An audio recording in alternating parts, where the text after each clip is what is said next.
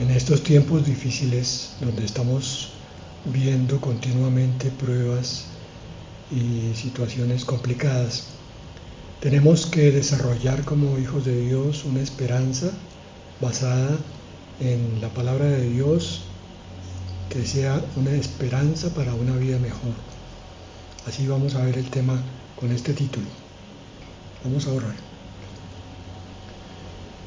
Señor, tu Espíritu Santo, que mora en nosotros, porque tú lo dejaste, Señor, como arras de la herencia que vamos a recibir.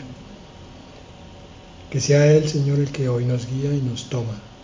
Que sea, Señor, el que escudriña nuestra mente y limpia las cosas que no deben estar allí. Que sea Él, Señor, dándonos el entendimiento y la fuerza para seguir las verdades que tú nos revelas a través de tu palabra, Señor. Tu Espíritu Santo es nuestro Maestro, es nuestro consejero, es nuestro consolador. Nos entregamos a tu obra a través de Él, en el nombre de Jesús. Amén. Si nuestra vida está basada en principios que son verdaderos, entonces vamos a seguir hacia la verdad y vamos a caminar por el camino correcto. Pero si nuestra vida está fundamentada en cosas que no son, cometeremos graves errores continuamente y tendremos muchísimos problemas. Por eso debemos aprender lo que Dios quiere para nosotros aquí y lo que quiere para nosotros en la vida eterna. Y en eso se basa nuestra esperanza, en el cumplimiento de sus promesas.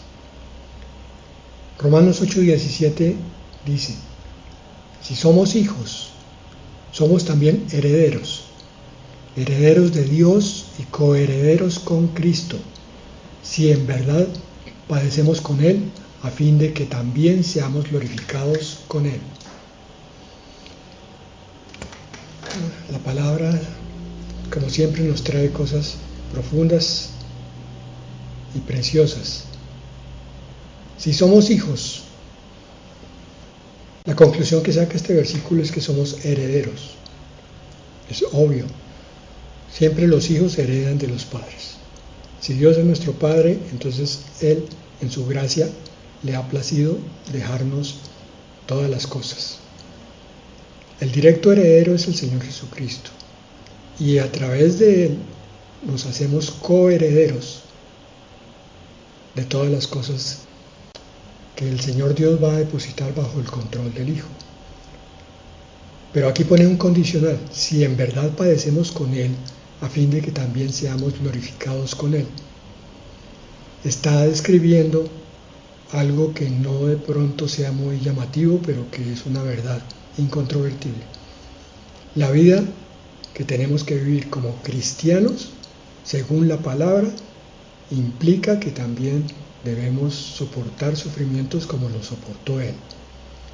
Y que si así lo hacemos, estamos viviendo la vida de Él y por tanto vamos a ser glorificados en Él.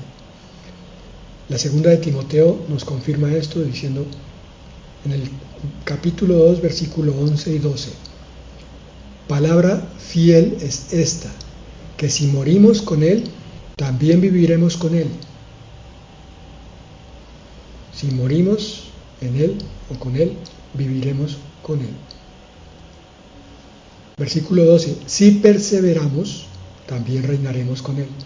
Si lo negamos, Él también nos negará. Hemos estado tocando últimamente el tema de la salvación como un matrimonio que se toma un día con todo y votos y compromiso y después se mantiene por el resto de la vida. Aquí la relación con el Señor está tácitamente definida. Si perseveramos, si nos mantenemos, si somos fieles a Él, a Cristo, si a pesar de todas las dudas y de las cosas que no veamos, continuamos en el camino hasta el final, también reinaremos con Él. Pero si lo negamos, si en cualquier momento nos vamos, abandonamos definitivamente el camino del Señor, seremos borrados del libro de la vida. Hay un dicho en el mundo: vale la pena. se comporta como el valor de dos cosas diferentes. Vale porque tiene un valor. La pena, o sea, la carga, el sufrimiento.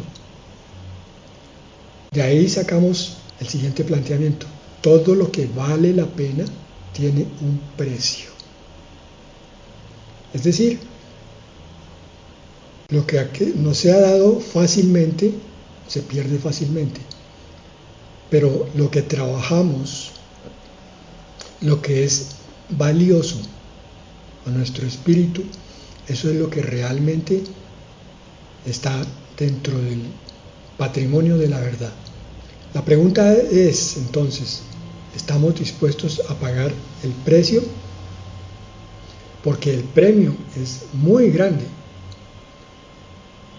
Llenados con su gloria y su presencia, nos dice aquí, reinaremos con Él. Al reinar con Él, vamos a compartir todas las cosas con el Señor.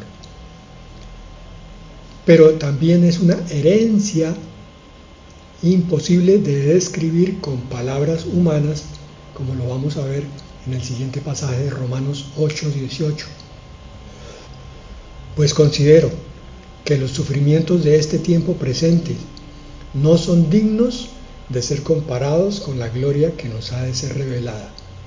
Estamos estudiando la esperanza, y la esperanza se basa no en lo que vemos ahora, sino en lo que esperamos que llegue, sobre la fe del cumplimiento de las promesas, lo dijimos al principio. Por tanto, los sufrimientos en este tiempo, cualquiera que ellos sean, no son nada en comparación con lo que se nos va a dar. Nos lo dice también Mateo 5:12. Regocíjense y alégrense, porque la recompensa de ustedes en los cielos es grande, porque así persiguieron a los profetas que fueron antes que ustedes. El diablo sabe quiénes son hijos de Dios y quiere hacerlos caer de todas maneras. Por eso trae tantas pruebas tan repetidas, tan a veces duras, pero Dios entonces utiliza esas pruebas para fortalecernos en la fe, para hacernos crecer y para que lo busquemos más, seamos cada día más apegados a Él. Lo que hemos visto hasta el momento es que como hijos de Dios tenemos, por un lado, una recompensa temporal, que es el reino de Dios aquí, justicia, paz y gozo, aún en medio de las tribulaciones. Pero también tenemos una recompensa eterna, que es la gloria en el cielo. Tienes que mirar eso todos los días, hermano, porque tú no estás en una vida pobre y escasa, espiritualmente hablando. Una vida que solamente se remita a ciertas reuniones y a ciertas actitudes. Esto es una vida de descubrimiento de tesoros. Es una vida que vale la pena vivir.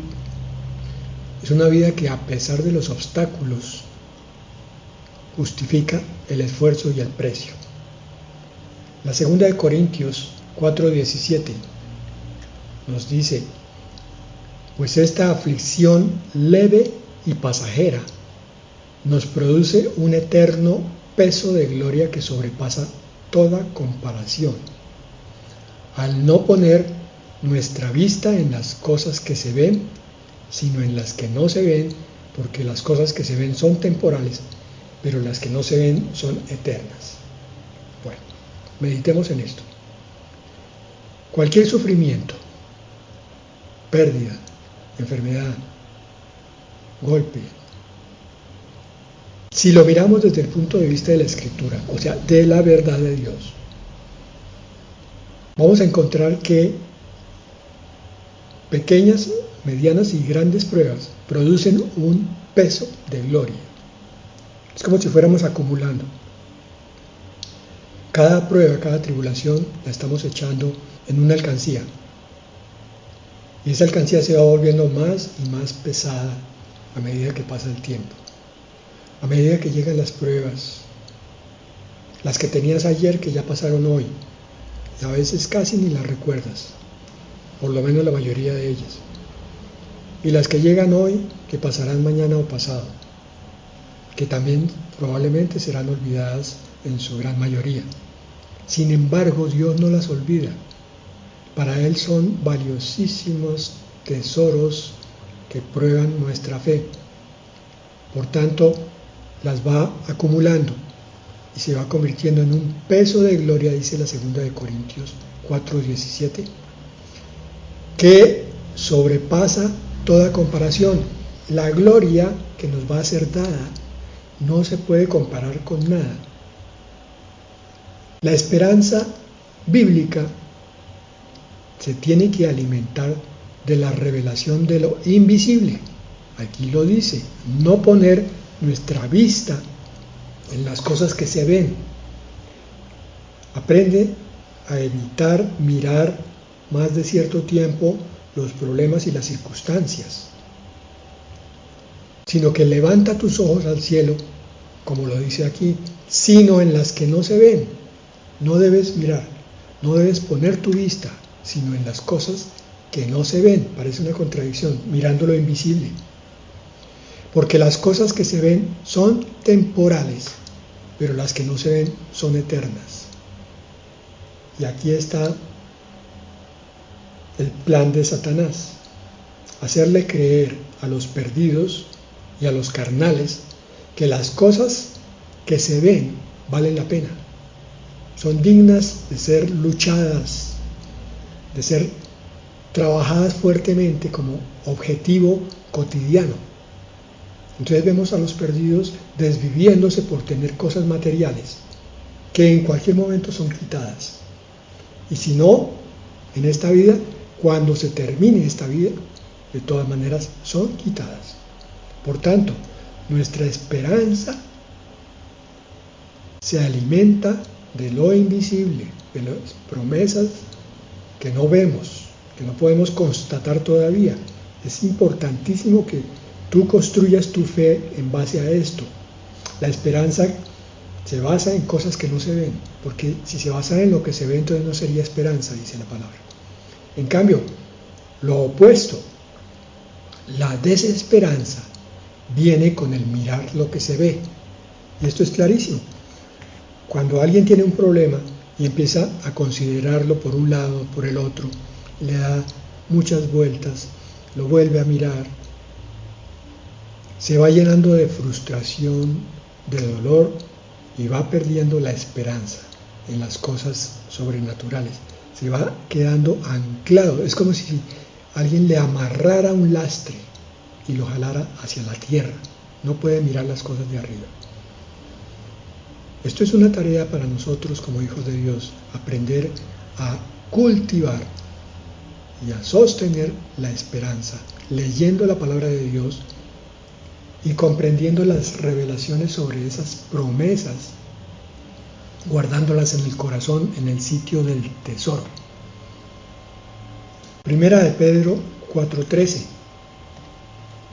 Antes bien, en la medida en que comparten los padecimientos de Cristo, regocíjense para que también, en la revelación de su gloria, se regocijen con gran alegría. Una palabra repetida 2 veces que tiene que ver con el gozo. Y está pidiendo que tengamos gozo cuando compartimos los padecimientos con Cristo, cuando vivimos la vida de Cristo.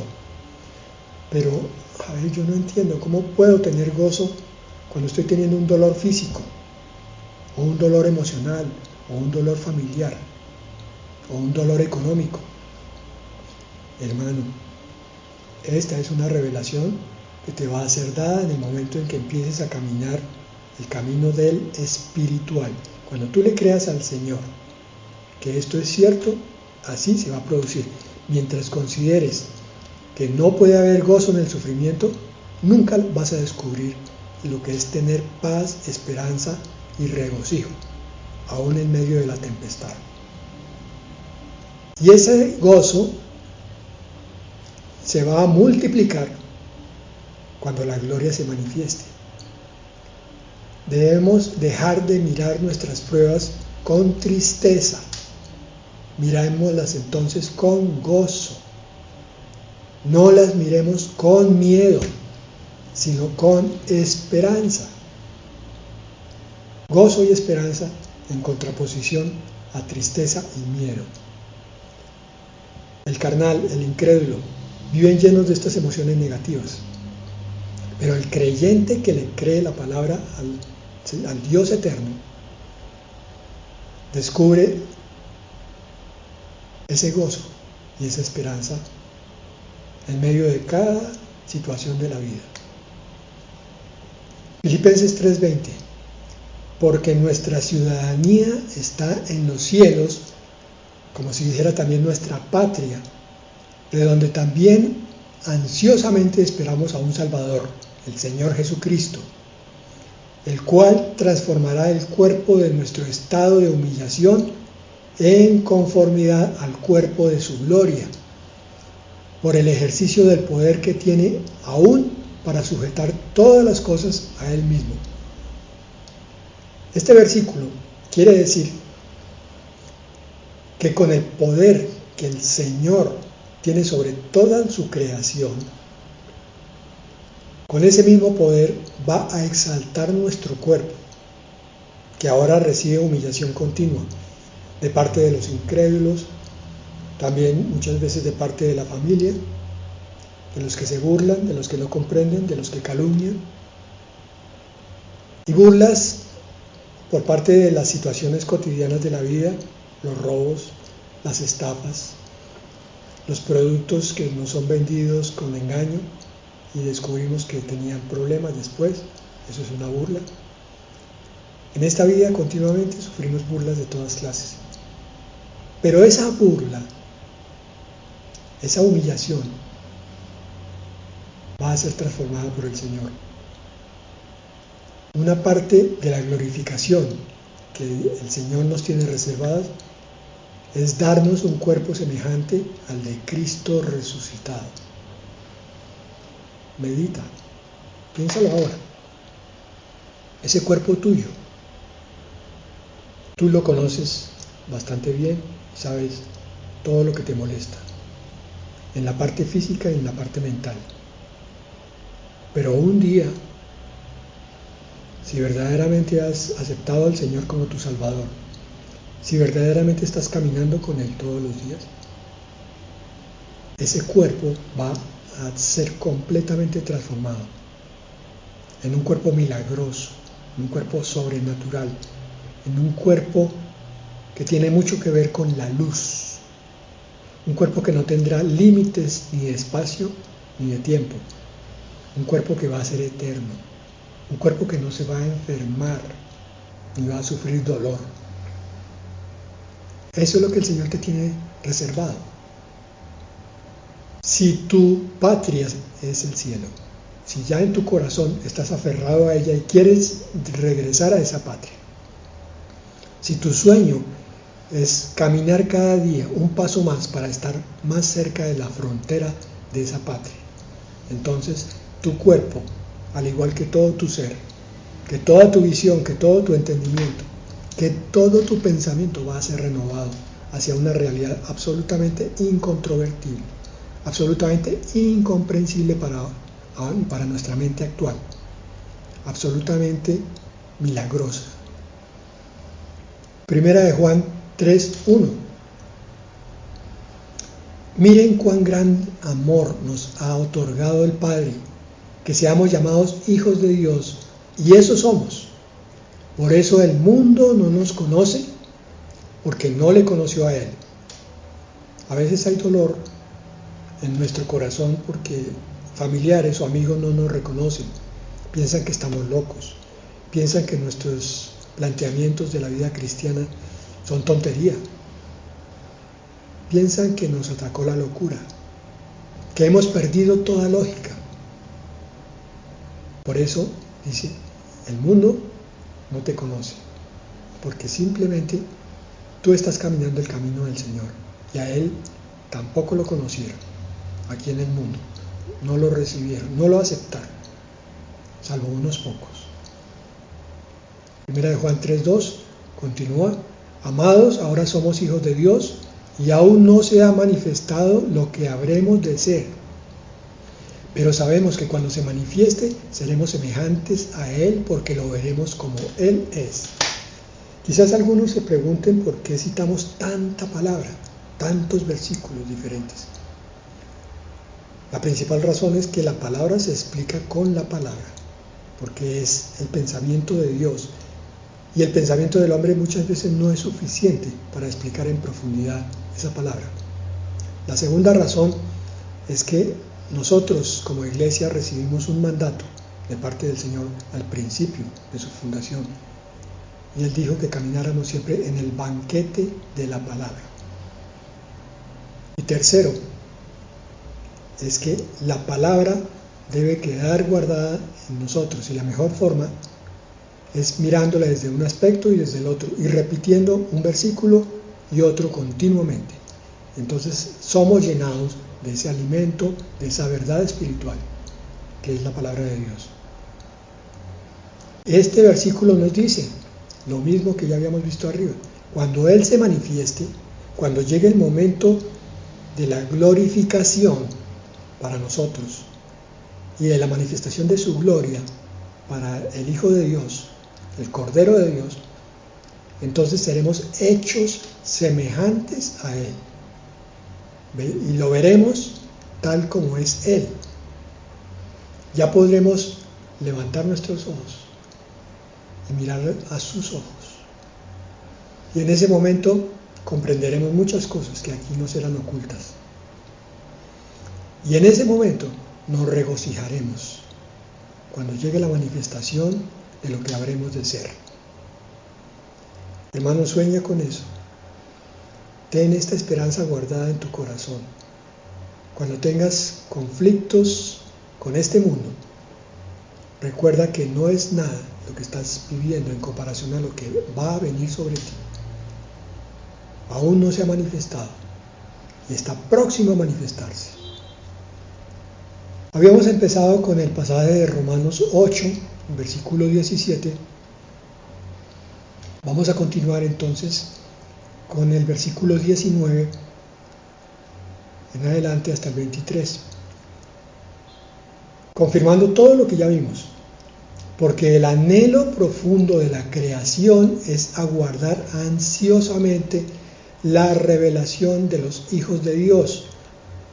Aquí Pablo escribe que la creación es como si estuviera viva. La creación está esperando. Tiene la esperanza también de ver el cumplimiento de estas promesas en los hijos de Dios. Porque la creación fue sometida a vanidad, no de su propia voluntad, sino por causa de aquel que la sometió en la esperanza.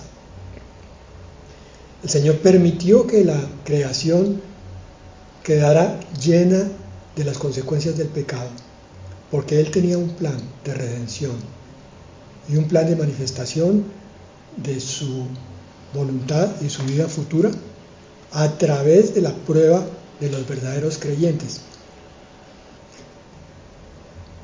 Dios no quiere creyentes autómatas, creyentes obligados, los quiere voluntarios. Cuando yo vivo recibiendo partes hermosas de lo que es la vida espiritual, pero al mismo tiempo partes dolorosas de lo que es la vida terrenal, yo puedo entonces sopesar las dos cosas y escoger qué es lo que quiero para mi vida. A través de la palabra de Dios empiezo a mirar y a valorar y a comprender la vida espiritual. Y empiezo a mirar con otros ojos diferentes lo que es la vida terrenal. Y me doy cuenta de cuánto pecado hay en este mundo, de cuánta maldad, cuánta iniquidad, cuánto mugre espiritual. Y entonces, a pesar de mis pruebas repetidas, a pesar de todos los golpes que quiere propinarme Satanás, yo valoro cada vez más la vida espiritual y me aferro más a ella. Voluntariamente, dócilmente, me voy entregando más y más a la voluntad de Dios, a la espiritualidad que Dios estableció. Y me voy apartando también cada vez más de las cosas terrenales, de las influencias malignas y del diablo. Me he convertido entonces, finalmente, en una criatura amorosa de Dios voluntariamente, ya no porque me corresponde, no porque me toca, no porque tengo miedo, sino porque valoro lo que Dios ha hecho y lo que está dándome. Entonces, aguardo ansiosamente la adopción como hijos, al igual que toda la creación, la redención de nuestro cuerpo. Lucas 21:28 dice: cuando estas cosas empiecen a suceder, levántense y alcen la cabeza, porque se acerca su redención. Vean, aquí está escrito lo que es el entendimiento del cristiano. No mira las situaciones de hoy, terremotos, hambres, persecuciones, influencias médicas nefastas, sino que mira que su redención está cada vez más cerca. Y con esa convicción entonces camina con la frente en alto, porque se da cuenta que nada de lo de aquí vale la pena. Efesios 4:30 al 32, terminamos con esto. Y no entristezcan al Espíritu Santo de Dios, por el cual fueron sellados para el día de la redención. Tú recibiste al Espíritu Santo como arras de la herencia para quedar sellado, para que en tu corazón tengas la convicción de que eres hijo de Dios y que valoras las cosas de arriba y que quieres caminar cada día más en santidad, en limpieza, en vestiduras blancas. Y por eso dice a continuación: sea quitada de ustedes toda amargura, enojo, ira, gritos, insultos, así como toda malicia. Este es un versículo muy resumido de lo que son las obras de la carne. Aquí están metidos todos los pecados. No se trata solamente de sentimientos o de emociones, porque el pecado de la carne, la avaricia, la lujuria, la gula, todos ellos traen amargura. Y ustedes lo que ven es que una persona, entre más metida en el mundo, más enojada anda contra todo, más critica, más impaciente es y por tanto más cae en ira y en gritos. Vemos de pronto familias que están en un muy buen estado financiero, tienen buenas posesiones, pero su trato deja mucho que desear. Sino, versículo 32, lo contrario, sean más bien amables unos con otros, misericordiosos, perdonándose unos a otros, así como también Dios los perdonó en Cristo. Lo que tú debes mirar siempre es al Señor Jesucristo. Cuando lo ves a Él y recuerdas cómo Él te perdonó, entonces todo esto es fácil. Estas obras son sencillas para aquel que está sinceramente en Cristo. Son casi imposibles para el carnal. Un carnal, un natural, no puede ser misericordioso, no puede perdonar a otros. Pero el Hijo de Dios sí, amable con los demás. Así como el Señor siempre es amable cuando nos acercamos a Él y siempre nos habla con esa voz dulce y ese corazón tierno. Misericordiosos como Él, que nos perdona una y otra vez, que no nos mira por las caídas, sino por lo que Él hace en nosotros. Así debemos también ser misericordiosos con los nuestros, perdonándolos continuamente, porque Él nos ha perdonado muchas más cosas que a veces ni nos atreveríamos a confesar públicamente. Hoy el Señor nos invita a recordar la esperanza en nuestro corazón, en nuestro caminar, a tener esperanza hacia el futuro que es promisorio, que es luminoso y es resplandeciente, porque es el futuro de Dios y del Señor Jesucristo dado a nosotros.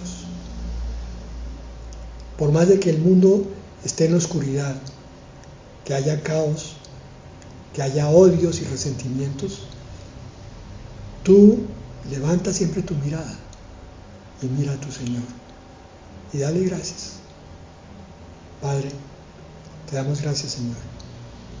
Gracias por tus promesas. Gracias, Señor, porque no mereciendo nosotros nada, nos tienes reservadas cosas increíbles, imposibles de definir con nuestra boca. Gracias, Señor, porque no mereciendo nada, tú nos sacaste del pecado, nos hiciste salvos para ti y nos encaminaste, Señor, a una vida llena de luz y de esperanza. Padre, levanta nuestros corazones para que podamos tener ese entendimiento de lo vital, de lo importante que es caminar con esperanza nuestra vida espiritual, el tiempo que nos quede aquí.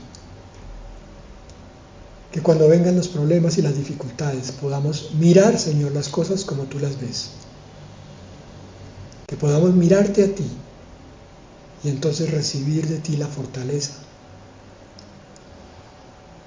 el consuelo y la dirección que necesitamos para que nuestro rumbo sea siempre hacia arriba, Señor, y siempre hacia nuestra patria, el cielo.